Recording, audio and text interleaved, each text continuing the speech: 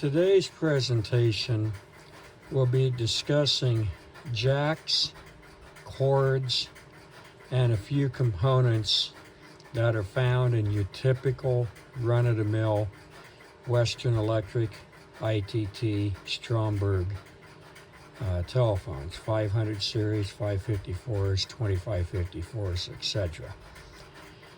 There are many different packages for the networks and the jack assemblies depending on who made the phone and the model phone. I do not intend to try to cover every single aspect of it. The video would last for weeks and I'd fall asleep in the middle of it. Anyway, I will show some of the problems that are encountered with telephone jacks, and then I will talk about the networks, and then I'll do a quick video on how a rotary dial works.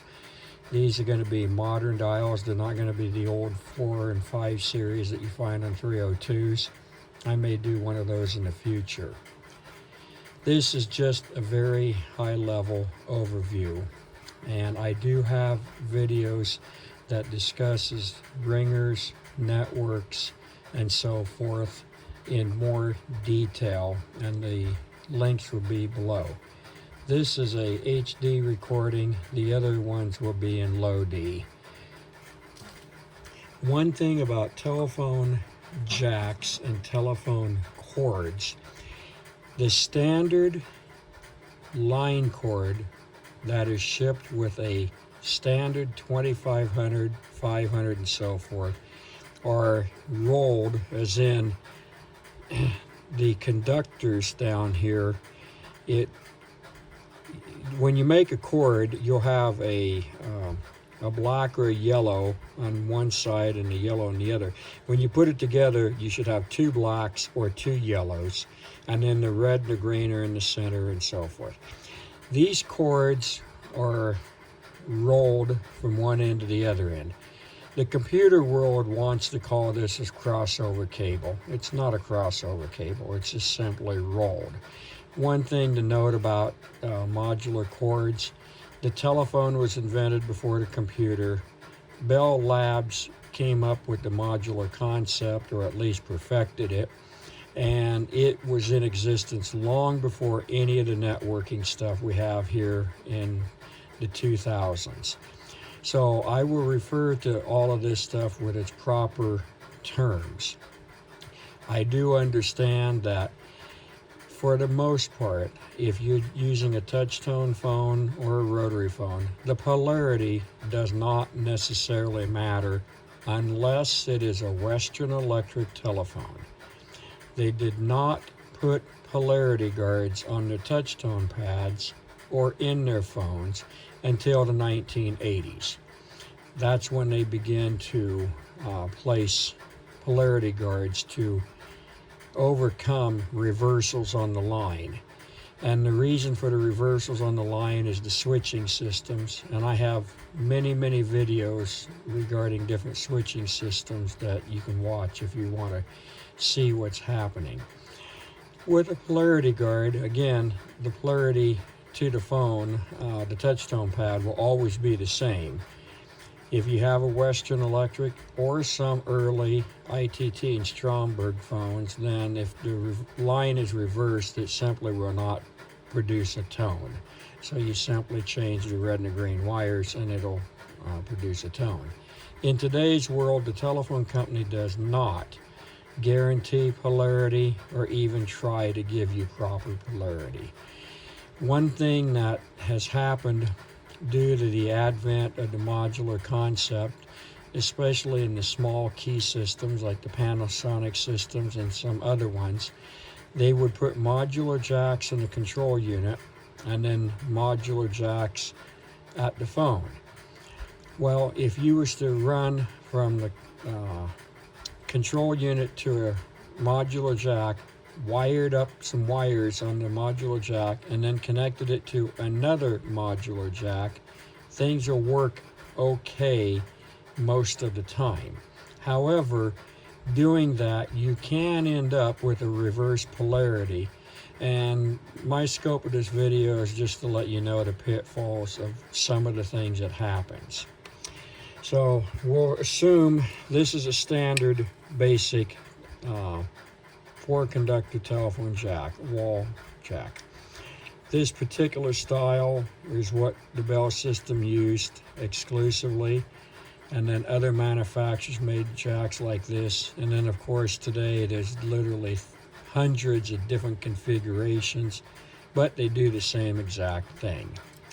So if you look, you'll have 4 conductors, a green, red, black, yellow. If I take this cord, which is rolled, and plug it into this jack here, and then I take another jack that's identical, except for the color in this case, and plug in a modular cord. When I put a signal on the red wire, for an example, it will come out on the green wire on the other phone jack because the cord is rolled. Now, there is applications that they made straight cords that corrected this problem, and you can custom make your own cords. I do it all the time, but I always make them rolled unless I have a specific application. The initial design was you would never have 2 wall jacks plugged into one another. The jack that was inside of the telephone, in this particular case, this is a 4-wire, Bell system used 3 wires most of the time, is reversed from the jack at the wall. So if you was to take this apart and look at where the green, red, black, yellow wires are plugged in there versus this, they're all backwards. So they corrected their roll by making the jack that was inside of the telephone reversed. So you no longer have a reverse polarity. Don't know why they did that, but they did it. And all of the manufacturers pretty much have done the same thing. So that is one of the things that most people will not find much information on or realize, and you can really drive yourself nuts trying to figure this out. I have a toner here, and I'm using it for the continuity test. So when you see the green light light up, that means I have a continuity or a short. So I'm going to hook up my test unit here on the red wire of this jack, and I'm going to come over to the red wire of this jack, and the light is not lit. If I place it on the green wire here, the light is now lit. Same thing, if I place it on the black wire here, I have to go over here to the yellow wire, which is right here, in order to light the light. So that is plugging 2 wall type jacks into each other. Plugging in to the telephone, which is what this jack is, if I take and put a signal on the yellow wire, it'll come out on the yellow wire at the jack. Same for all of the other colors, the green, red, and black.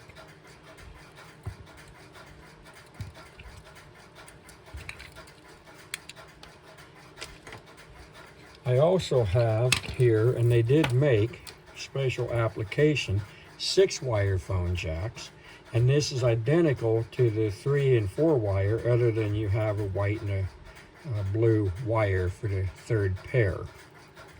This is found in 2-line phones with a signal key or some special application. These are not very common, but they do exist in the world.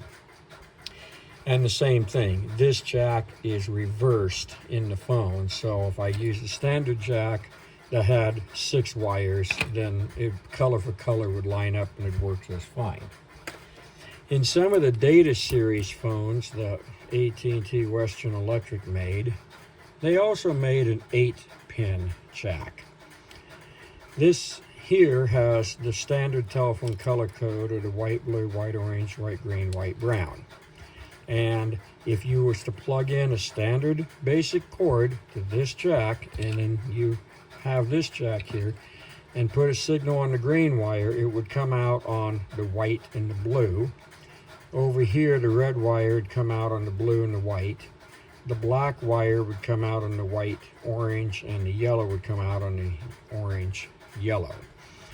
So this just gives you 8 wires.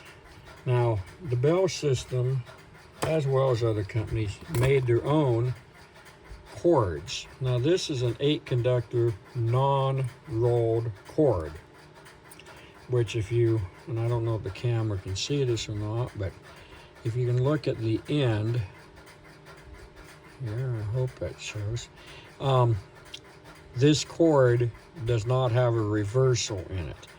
This was typically used on Merlin systems, Horizon, Met sets, and so forth. They do also make these in rolled. This is not a network cable. This is an actual telephone cable. I do have a Cat 5, can't believe I said that, network cable, and this cable is a straight cable, typical network cable. You can use these. This is wired as a 258B. The telephone, which was invented before the networking stuff, used the 258A, which meant the white, green, and the white, orange pair were flopped around. So if you're using the network cable, boy, it makes me sick, for telephone stuff, just keep that in mind. I don't recommend it. I buy real telephone wire to work on real telephones, but this stuff is plentiful. The next issue is when you get into the handset cord and handset jacks, there is no reversal. They are straight through. So in this case, we have for a handset, which is a smaller plug than the line ones, and then the same thing in the handset, smaller plug. So if you put a signal on the white wire, it comes out the white. If you put it on the green, it comes out the green, and so forth.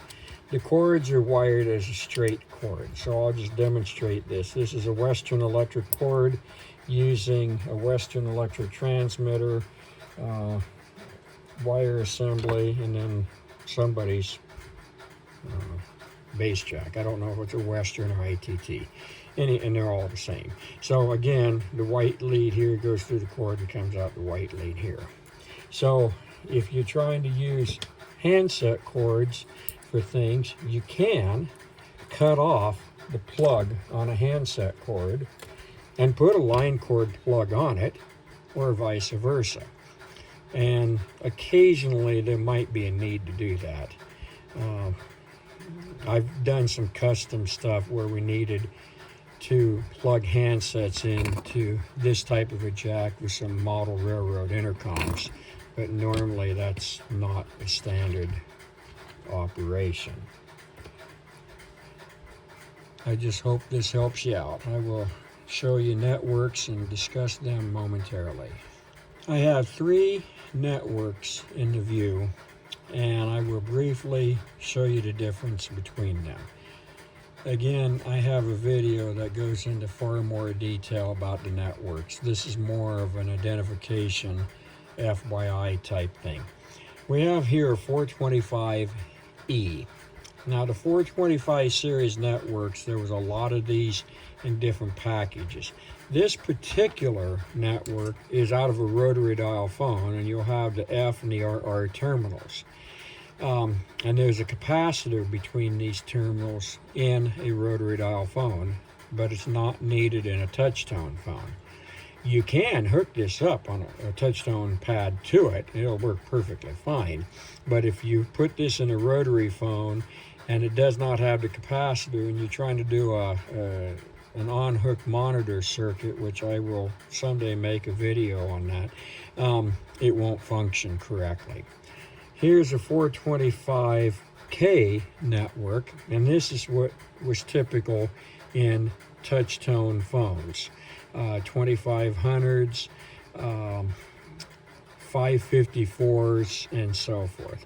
Again, they made lots of different packages of these networks, and there's no way that I could ever begin to cover all of them. Between Stromberg, ITT, and Western, there's probably 30 some, and then you have Automatic Electric, which they never made two of anything alike, and I don't know how many different network configurations they got, other than it's a lot of them.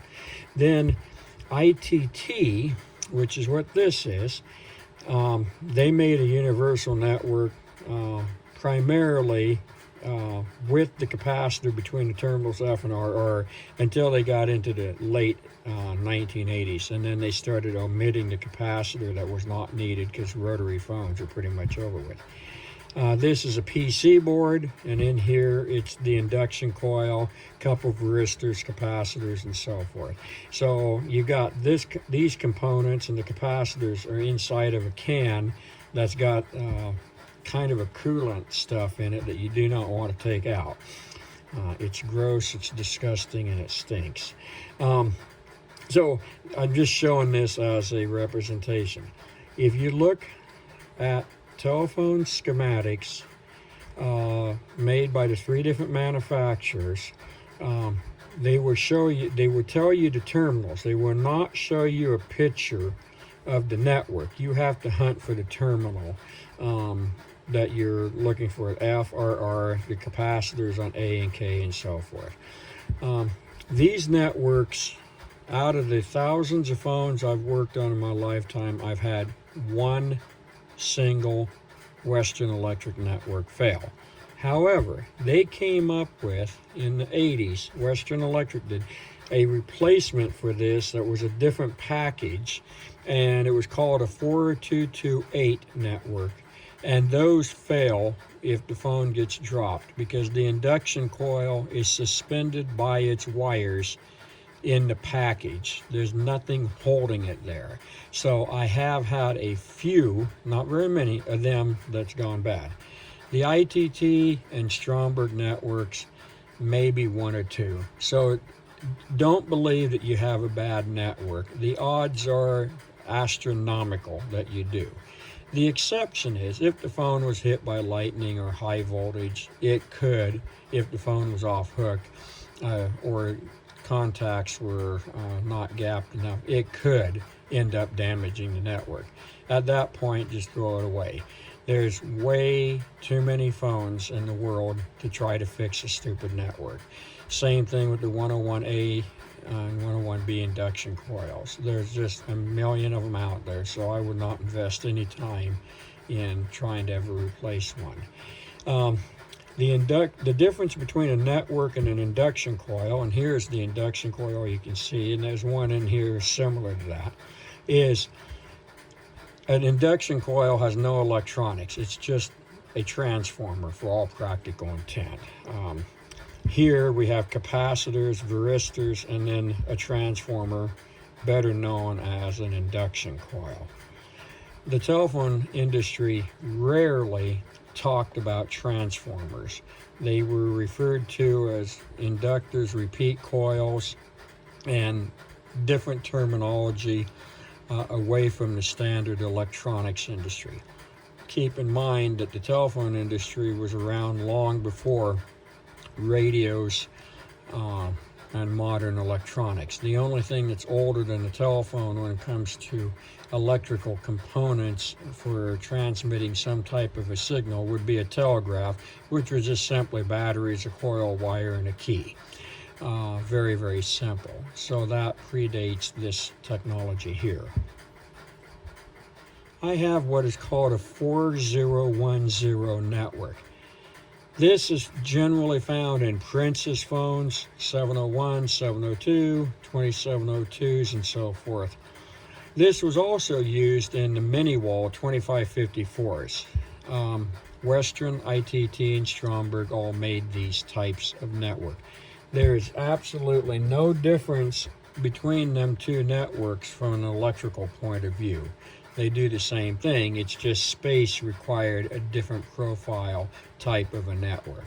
So again, if you have a schematic for a phone that shows you why you're in this network, you just simply look for the same terminals on this network because the networks are identical from an electrical point of view. Now, there is a couple of exceptions. They did add some leads and capacitors in there for high RF areas. Those are beyond ultra rare, and there is a lot of technical information in the Telephone Collectors International Library, so you could look up a specific network there. But again, the odds are just astronomical. You'll never run across one of these. All right, I have a number 9 type rotary dial. This was the last generation of dials that the 3 manufacturers made.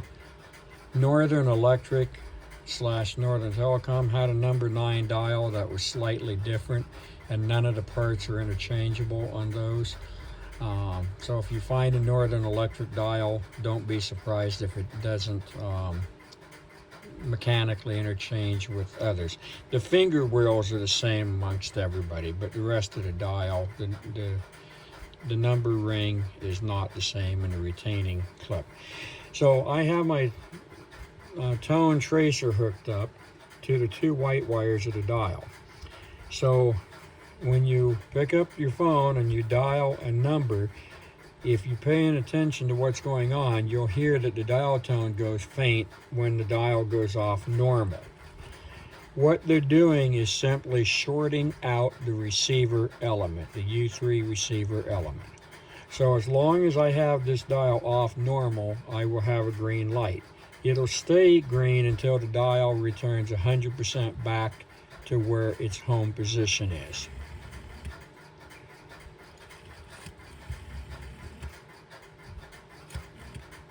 And of course, depending on the digit you dial will determine how long the light's on. That's normal.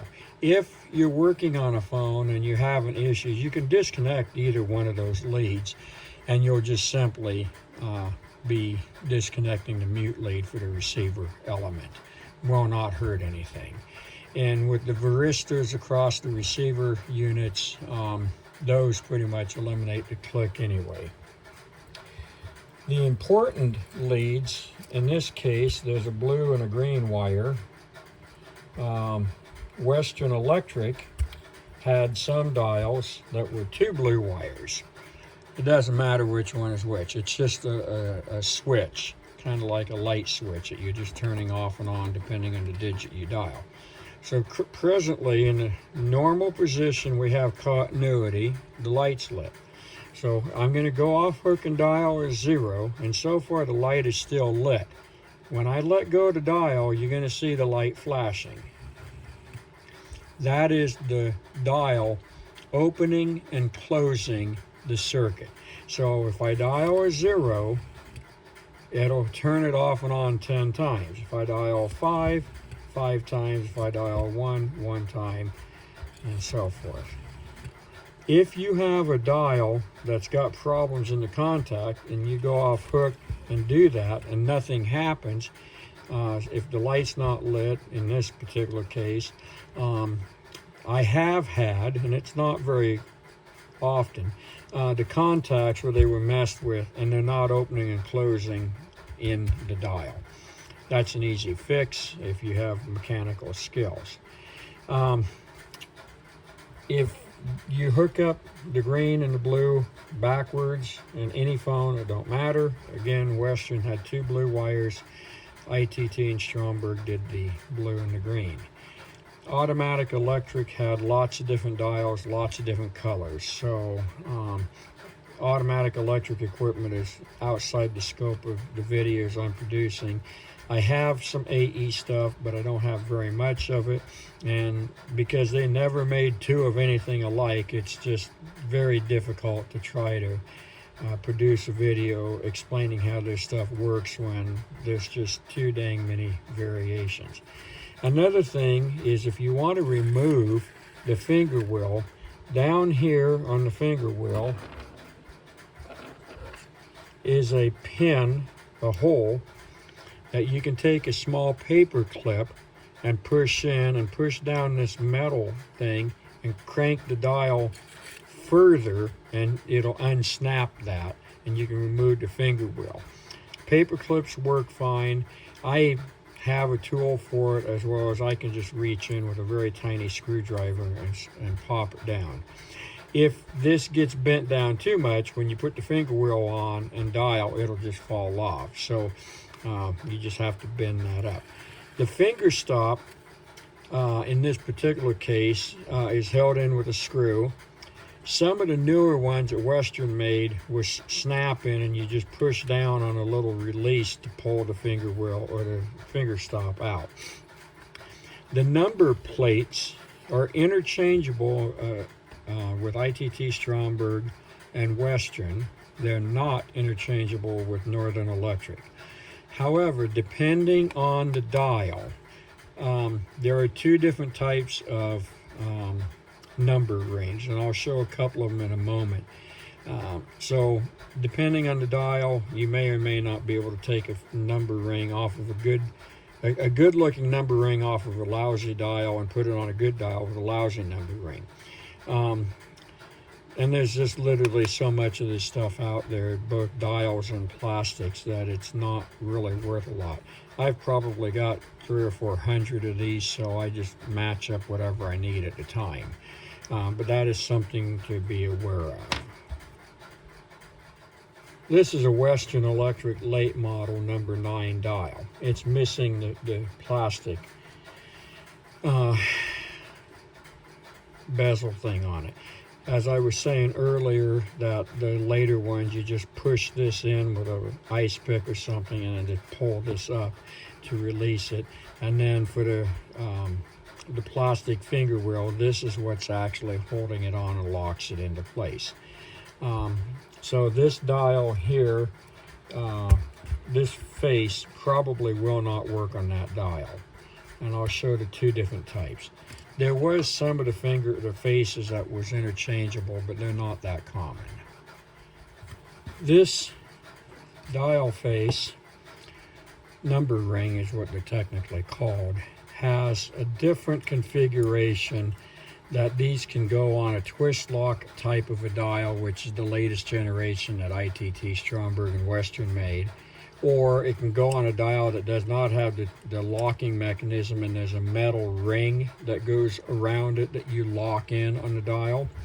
Or the earlier ones, for the number 6 dials, that has screws holding it on, and a larger hole, because you've got the finger stop and a piece of aluminum that's part of the finger stop, so it's keyed that this will only go on one way. So these are two different types of number rings, and all of the manufacturers made both types. This is definitely an early one. This is a later one. Northern Telecom, their insides here are a thicker plastic and made for their number 9 dials only. And again, that's not super rare, but for most of the US phones, you will not find that. But it is something to be aware of. I hope you enjoyed this video. Please give me a thumbs up and like it. I'd appreciate that. Thanks for watching. And there are links to other videos I produced for beginners. And then there's about 100 videos on telephones, switching, and so forth. Have a great day.